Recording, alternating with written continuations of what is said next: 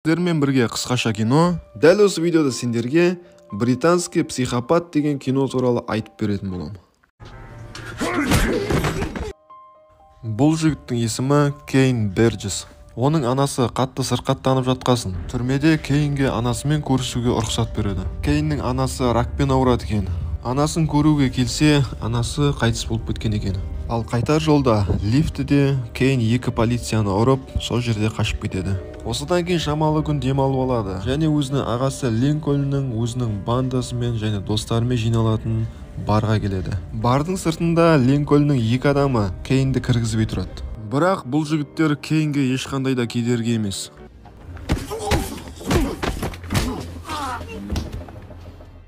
Барда Кейн өзіне пиво құйғызады. Оны асықпай ішіп отырады. Сол жерде Линкольннің сыбайластары бір таныстарын өлтіріп кеткенін әңгімелеп отырады және қолдарын шауып тастаған екен. Арасында біреусі осы оқиғаны балын тамызып айтып отыр екен. Және қаншерге қарай жалғыз өзім жүгірдім, бірақ ол қашып кетті деп айтады. Кейнге бұл әңгіме күлкілі көрінді және шын мәнінде қалай болғанын айтып береді. Айтып отқан қаншер менмін дейді. Сол түні достарының қолын шауып тастадым, ал мынау болса мектептегі кішкентай қыз сияқты қаша жөнелді дейді. Барға сырттағы күзетшінің біреуі кіріп келеді. Ол бірден Кейнге шабуылдайды, бірақ Кейн оны ұрып, өзінің абыройын шығарып барлығына қозғалмаңдар дейді. Осы даудамайды естіп Хайт деген жігіт шығады.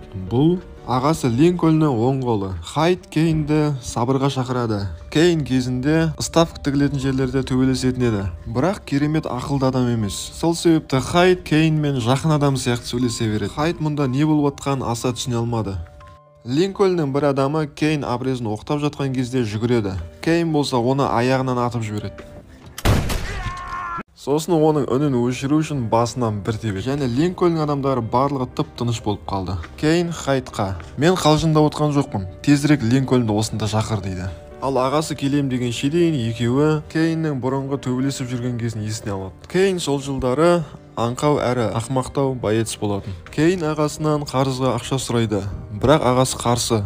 Егер қарызын қайтара алмайтын болса, інісін өлтіру керек болады. Есесіне Линкольн Кейнға жұмыс ұсынады. Тапсырманы орындаса, қалаған ақшаңды аласың дейді. Тапсырма бойынша бір әйелді аңду керек және ізінен жүріп баратып, оның сумкасын алып қашу керек. Соңында бұл тапсырма ағасының құрған тұзағы болды. Кейн түрмеге түсті және жай ғана түрме емес, ішіне бірыңғай адам өлтіргендер жиналған екен. Сол жерде жүріп үсті-басының бәрі шрамға толып қалған. Түрмеде Кейнді көруге тек қана анасы келетін.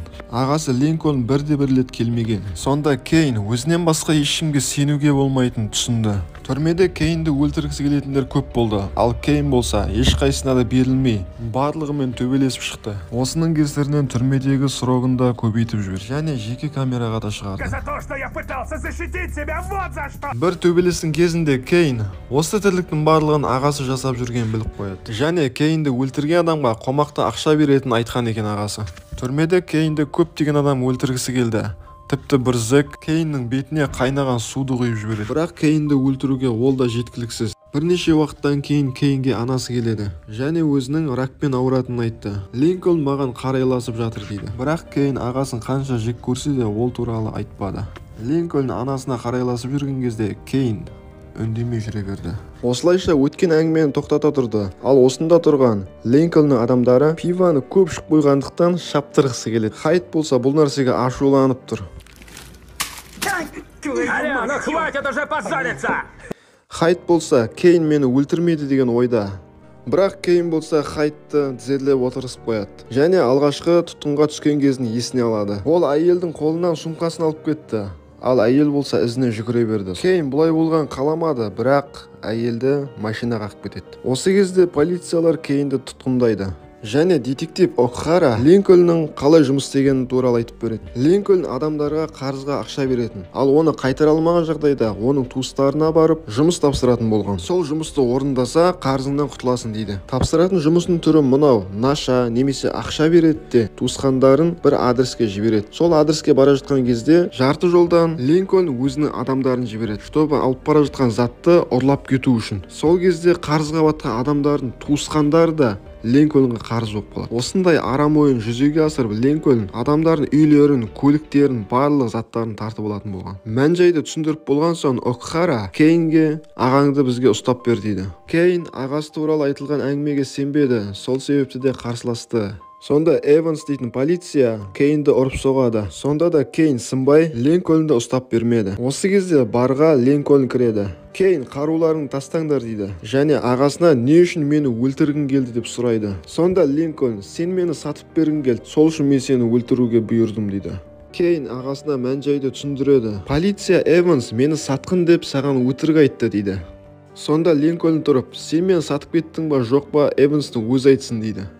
Бірақ Кейн больницадан қашып кеткен кезде Эвансты тауып оны өлтіріп тастаған екен. Осыны естігеннен кейін Линкольн Кейнға қаруыңды таста дейді. Және маған кек сақтама деп айтады. Кейн түрмеде жатқан кезде ол алдына мақсат қойған. Кейннің мақсаты Линкольннан зардап шеккен адамдардың мүліктерін қайтарып беру. Линкольн шамамен 150 адамның дүние мүлкін тартып алған болады. Осы зардап шеккен адамдардың аты жөндері сотта отқанда айтылған еді. Ал оның барлығын Кейн жаттап алып, барлығының аты жөнін камерасында жазып қойған болады. Өзіне сенімді тұрған Хайд Кейнге күле бастайды. Бұл қылығын ұнатпай Кейн Каиннің басын жарып жібереді. Линкольн болса бұл нәрсені кешіре алмайды. Себебі Хайд Линкольнның бизнестағы серіктесі әрі жан досы еді. Кейн бардан тірі шығатынына сенімсіз. Сол себепті ол барлығын алдын алған. Барға келмес бұрын Кейн Линкольнның бухгалтеріне соққан. Және оны қорқытып, Линкольнның барлық ақшасын зардап шеккен 150 адамға таратып берді. Сосын Кейн ағасына қарап, осыншама жыл бойы мен түрмеде сенің құлдарыңа айналған адамдардың кегін қайтару үшін тірі жүрдім дейді. Егер Кейннің осындай үлкен мақсаты болмағанда, түрмеде әуел баста өліп кететін еді. Сонда ағасы Линкольн бұл жерден тірі шықпайсың дейді. Осы кезде барда тұрған қыз Кейннің басынан ұрып жібереді. Кейннің қолынан қару ұшып кетті. Және бірінші жүгірген адамды Кейн бірден өлтіріп тастайды. Ал басқалармен ұзақ төбелесуге тура келді. Осы кезде барменша қыз Линкольнның адамдарына дубинкілер шашып береді. Бірақ Кейн берілмейді, себебі ол 7 жыл бойы түрмеде мықты қаншерлермен төбелесіп келген еді. Тіпті автоматпен жүрген жігіттің өзі түк істей алмады. Кейн оның қаруын алып барлығын атып тастайды. Ақыр соңында Кейн мен оның ағасы Линкольн жеке қалады. Линкольнда Кейннен түсіп қалған абрез бар еді. Бірақ Кейн абрездың 2 рет атылғаннан кейін оқталмағанын біледі. Барменша Линкольнға пышақ береді. Бірақ Кейн мықты болып шықты. Ол Линкольнды өлтіреді.